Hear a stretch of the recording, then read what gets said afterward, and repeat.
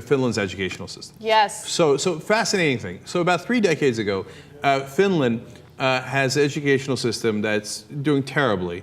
And they look around and they go, okay, what are we going to do about this, right? We got to revamp the whole thing.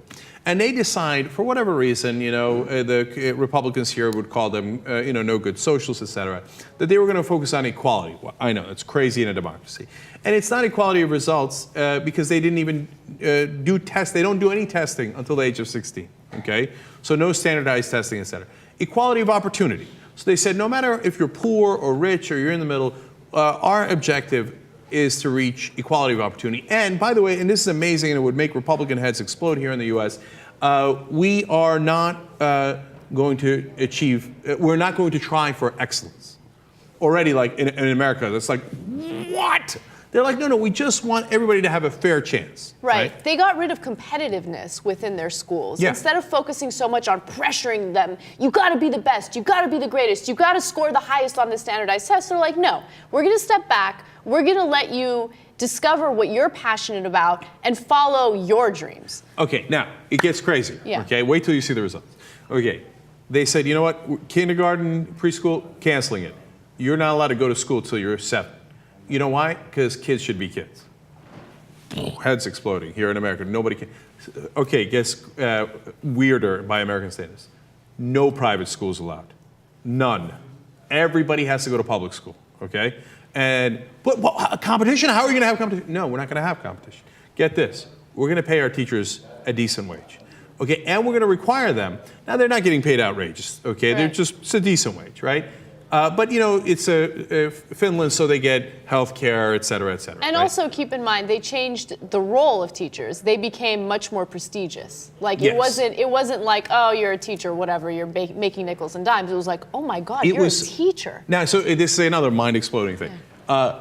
Teachers are now, it's harder to get into school to be a teacher than it is to get into school to be a lawyer or a doctor, okay? And they have to get a master's degree, and then they can become a teacher, and it's revered in the society, okay? No standardized testing till you're 16. And the list goes on and on. So they're not even participating in the international tests because they're like, tests are silly. We're trying to find out what these kids want to do and give them an opportunity to do it well, right? And in the beginning of the 2000, I think it was 2000 or 2001, they're like, all right, you know what, let's test the kids at the end here. Yeah, it was a PISA study. The PISA test. Okay, so let's enter them in there and see what happens. And we don't expect much. #1 in the world. #1 in the world. And they said, well, it must have been a fluke. Even the Finnish thought it must have been an accident. We're not even trying for excellence. We're just trying to get people a fair chance, right? So they retested several times, not that year, in the ensuing years. Consistently top 3 in the world. The others are Singapore and South Korea, where they're working the kids to death.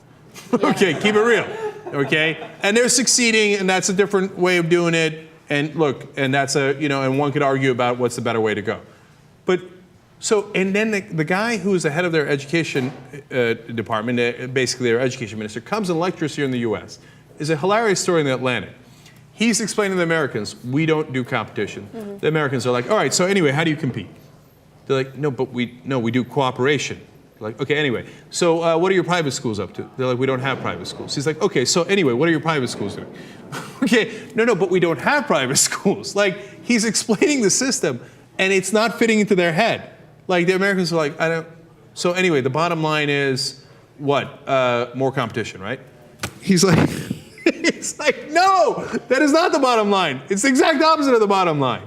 And so, and he's written a book about it, and they say Americans try to learn from the Finnish model, but of course, in the New York Times coverage of that story, so a different article, they quote somebody from a conservative think tank saying, oh, well, you can't do the Finnish model here, obviously. I mean, it's a totally different situation. #1, they're much smaller. Well, we do education state by state, so we'll compare them to one of our states about the same size, Kentucky. Kentucky, disaster. Finland, top of the world, right? Okay, they say, oh, no, and I love this code word.